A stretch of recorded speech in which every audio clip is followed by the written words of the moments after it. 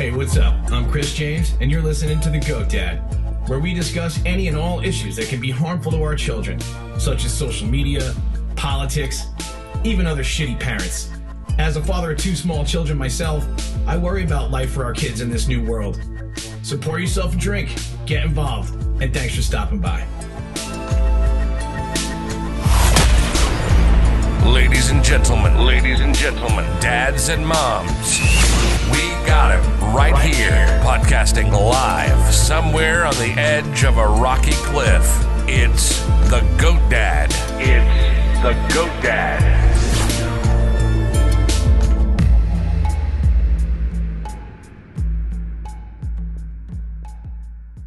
So the question today is, what age exactly do we give our children cell phones? I've said before, I have two kids, 5 and almost 4, a girl and a boy. Obviously, they don't have one. And I have mixed feelings about what age is even appropriate for them to have one at all. I have a friend of mine I was talking to at the golf club the other day who told me that his 7-year-old wants a cell phone and that it's become a somewhat of an argument or at least a debate between him and his wife in his home. And I hear him tell me this and I think to myself, that's absolutely ridiculous. 7-year-old shouldn't have a cell phone. And I get, he went down the list. Of course, there's restrictions you can put on it. There's ways to sort of monitor what the kids are watching and what they're doing with their phones and blocks and so on and so forth. And to that I say bullshit. It's all bullshit because kids are going to find a way. You give them that kind of technology, they're going to get around it. And I think that as parents, some of us are a little naive to the fact of what's really going on with certain sites and what you can and can't do or can or can't see. For example, YouTube, I don't need to click that I'm above a certain age to find nudity in a snap of a finger. I could find it right away. Sometimes I stumble upon it when I'm not even looking for it. And then that could happen in a Google image search, for example. And so, you could tell me till you're blue in the face that you got your child's cell phone use under control and that you're in charge, not them. Again, I say bullshit because kids are going to find a way. Let me give you an example of what I mean, and we're going to sort of get into this a little bit later on in the episode, but it's all about what you can control. Now, I'm not like a control freak, quote unquote. For example, I don't consider myself a particularly strict dad. I just like to have, barriers and guards and some kind of strategy in place to just always make sure my kids' well-being is intact and that they're safe, physically, emotionally, mentally. Sort of the whole point of this podcast, of course. But what I can't control is when my child, let's say there's a play date. Now I'm starting to get to that age and it's starting to worry me. My daughter's 5. So, if she goes to another home, which I don't even know if we're allowing her to do that yet. There's like one family that lives near us. My wife's been friends with for 20 some odd years. My kids get along. Will she spend time with them without me around? Probably. Will she spend time with people she's meeting in school now? She just started kindergarten in their homes without me? Probably not. Without mom? Again, probably not. But it's coming up soon. I imagine 6, 7 years old, we're definitely going to get into some of that kind of thing. Play dates, sleepovers, that sort of thing. And so I can't control what I'm not there to see or protect. And so I worry a lot, and I think it's going to be a problem for me going forward, of other shitty parents, essentially.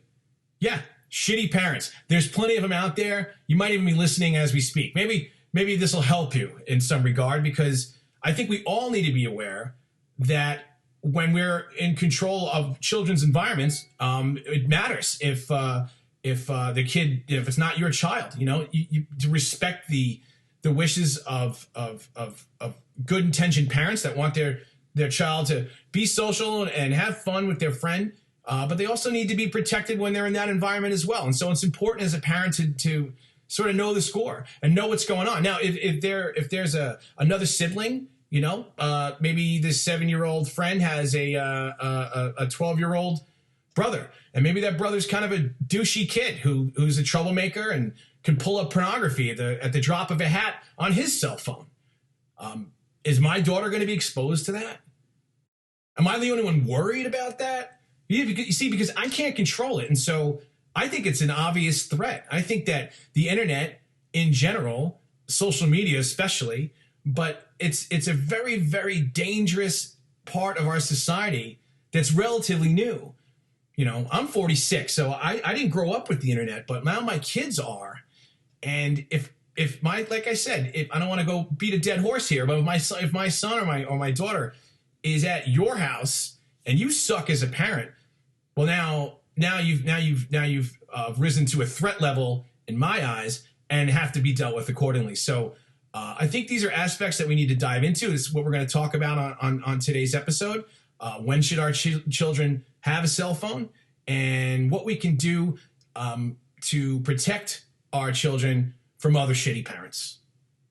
Okay, so I came across an article from a site called First Cry Parenting. It's a good site. They've written some great stuff in the past. This one's by a Mahak Aurora. Hope I'm pronouncing that right. And it deals with the, shitty effects that cell phones have on our kids. And they make quite a few good points, and I'm going to go over a few here. I'm going to quote it. So right off the bat, let's start off with the reason why our kids shouldn't have cell phones at a young age. We'll start off with tumors. Tumors. Quote, for quite some time, there has been extensive research in the field of understanding cell phone radiation effects on children. Since children are still in a stage where their bodies are undergoing changes in growth, the effects of mobile radiation could be different on them than those on adults. Children that have a tendency to use phones for extended periods of time, keeping them close to their ears, have shown a higher chance of developing non-malignant tumors, especially in the regions of the ear and brain. The bones, tissues, and protective linings for organs such as the brain are still very thin in the kids. Hence, these organs end up absorbing beyond 60% radiation that is emitted from the mobile phones. Wonderful.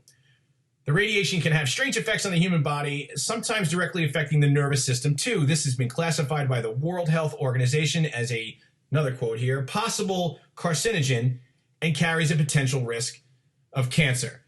So maybe we don't even need to go on from there, but yeah, tumors are a real threat to your children, and maybe the best reason to not let them look at cell phones. The second one they bring up here is disturbed brain activity. Mobile phones, I'm quoting again, mobile phones primarily function on electromagnetic waves for all forms of communication, even internal. The brain has its own electric impulses, and communication is carried out in the neural network. In children, the waves from the phone can easily penetrate right into the interior parts of the brain, as they do not have a strong shield. It goes on. Research has shown that merely talking on the phone for 2 minutes, the electrical activity inside a child's brain can be changed. This erratic activity can cause changes in mood patterns and behavioral tendencies, and children may have trouble learning new things or focusing properly. So there we go. There's another one. We had tumors, now we have disturbed brain activity.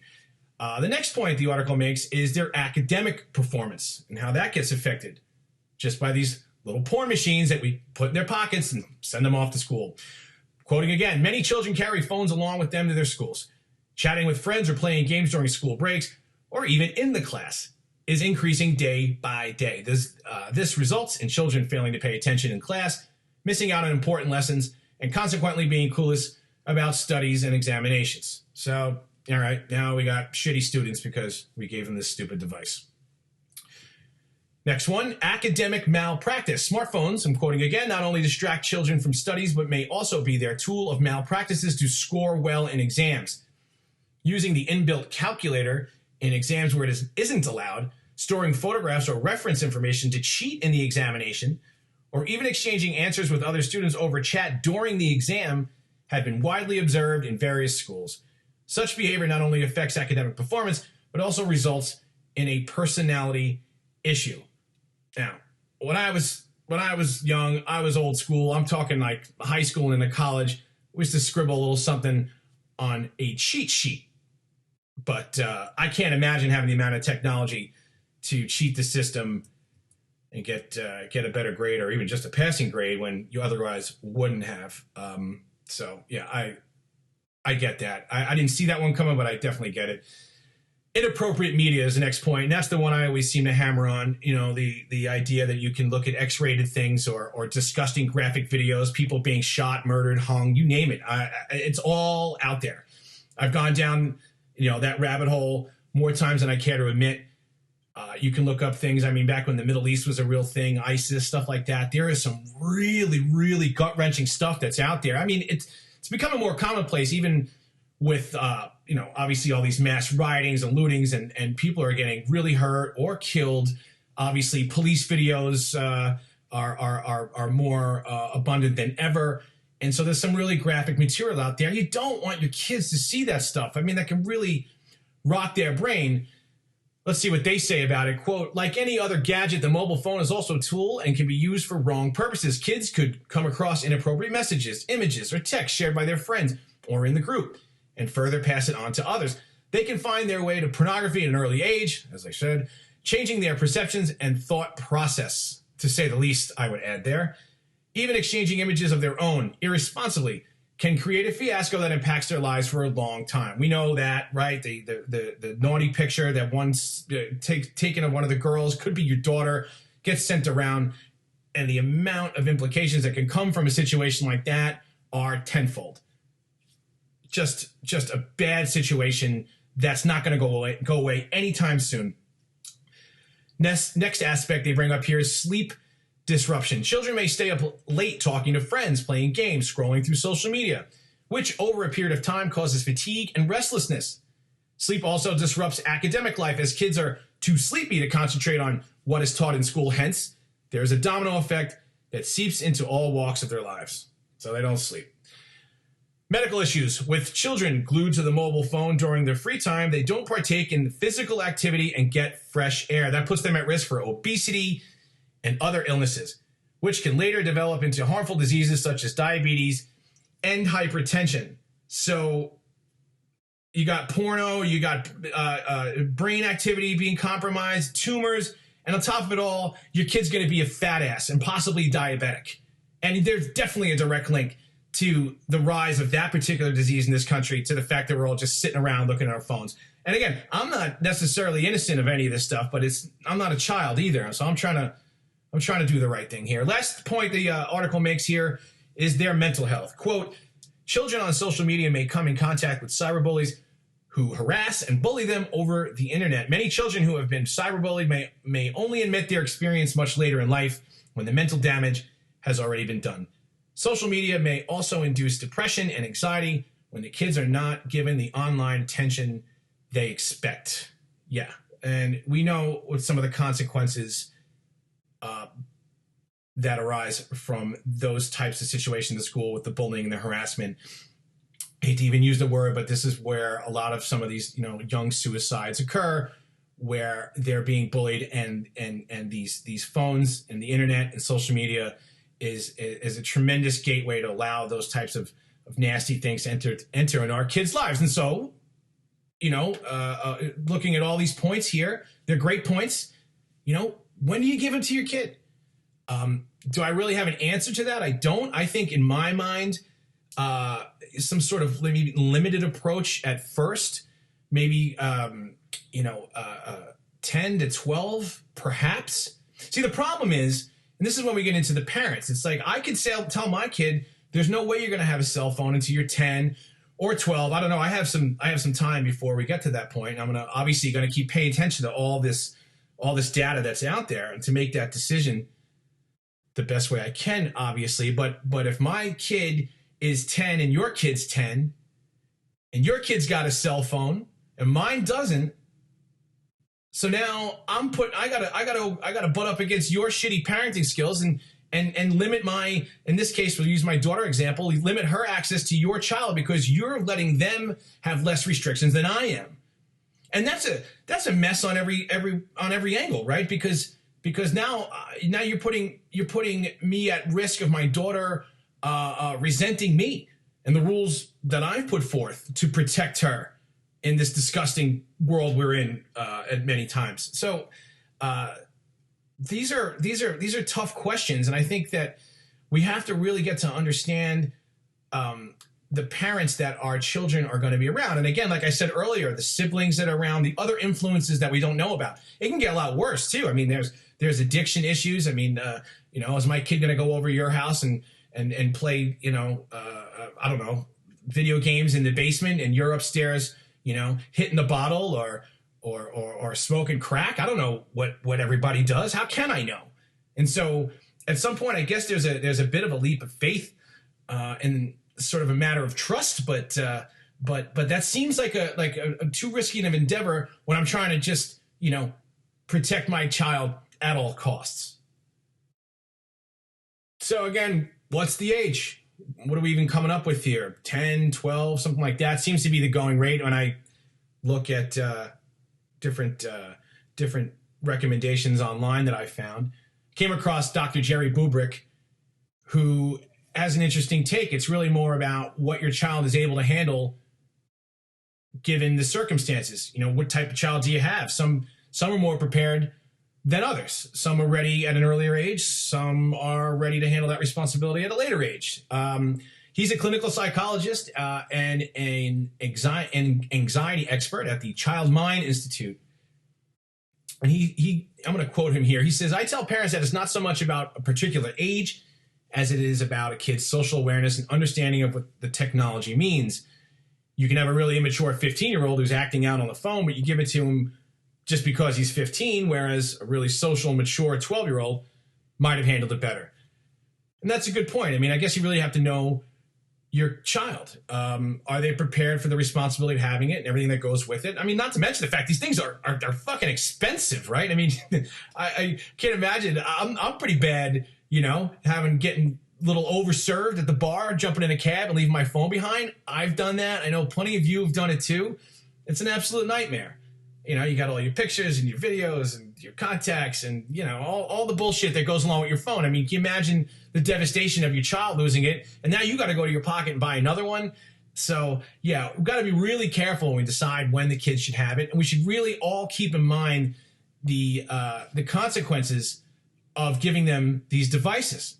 The access that they have to the World Wide Web is a potentially very, very scary thing. I'm not saying that there isn't massive upside and educational value, but it seems to me there's more harm than good. As a guy who grew up pretty well adjusted in a world without any cell phones, internet, social media, all the above. So, I'll leave on that note and just say, again, with other shitty parents, pick who your kids hang out carefully, who they hang out with carefully. The kids might be great. They might get along great, but the family could be suspect. The mother could be suspect, or the father could be someone who rubs you the wrong way. I think you have to dig real deep and stay involved as a parent. I think in the long run, you might get some blowback from your child and resistance and resentment, but we have to maintain a level of parental responsibility that's always instilled in our kids. They know there's no way that we're just going to let them run willy-nilly into the world without us watching them carefully, especially the younger years. So to all you other shitty parents out there, clean up your act. I want my kid to be able to play with your kid. I want my kid to be on the team with your kid. So anyway, that's it for me today. We can get into more specifics, and I'm sure we will. The web is a frightening place, is it not? And not something I want my young children exploring on their own. And as we discussed today, there's actually physical and medical consequences at stake here too. We have to be vigilant. We have to stay in front of these issues because I know you're like me and you want to be a great dad. You want to protect your kids. All right, well, it's time for a drink, is it not? Everyone out there, be well, stay safe, and as always, thanks for stopping by. You can listen to The Goat Dad anywhere you search for podcasts. Also, please visit The Goat Dad on his website, thegoatdad.com. Again, that's thegoatdad.com. Drop by, leave some comments, or drop an email. And thanks for stopping by.